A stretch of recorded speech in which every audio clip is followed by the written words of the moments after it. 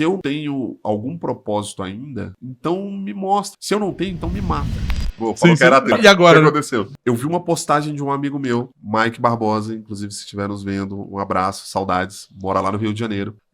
Eu vi uma postagem dele e isso mudou minha percepção sobre Deus. Uau. Era uma postagem no Facebook de uma pessoa com um círculo na cara escrito ateu. E a pessoa tinha um balãozinho falando, Deus não existe. E um outro ser humano do outro lado falando, mas por que você acha que Deus não existe? No quadro seguinte, ela puxa o pano que tá sobre esse rosto e tá escrito, porque Deus não me deu o que eu queria. Aí ele fecha e fala, tá. Aquilo bateu tão forte dentro de mim, tão forte. E a partir daí eu comecei a, não, beleza, então Deus existe. Porque eu sempre fui um cara lógico, um cara racional. Apesar de ser mais fiz humanas, totalmente racional, totalmente lógico.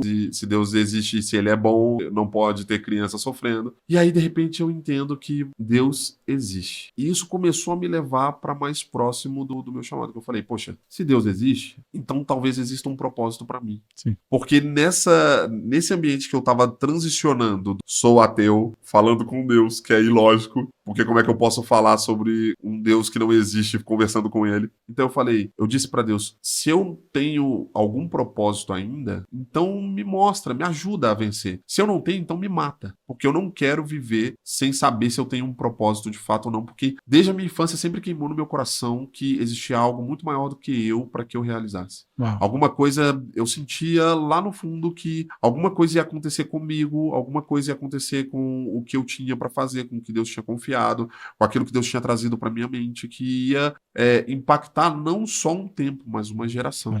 Mas eu sempre acreditei nisso e sempre pensei, eu devo ter delírio de grandeza, eu devo pensar alguma coisa maior do que eu sou maluco, eu devo estar pirando, devo ser muito arrogante, deve ter muito ego dentro de mim. E eu sempre caminhei dentro desse ambiente, só que avançando bastante na história. Você quer ver a continuação do que ele falou?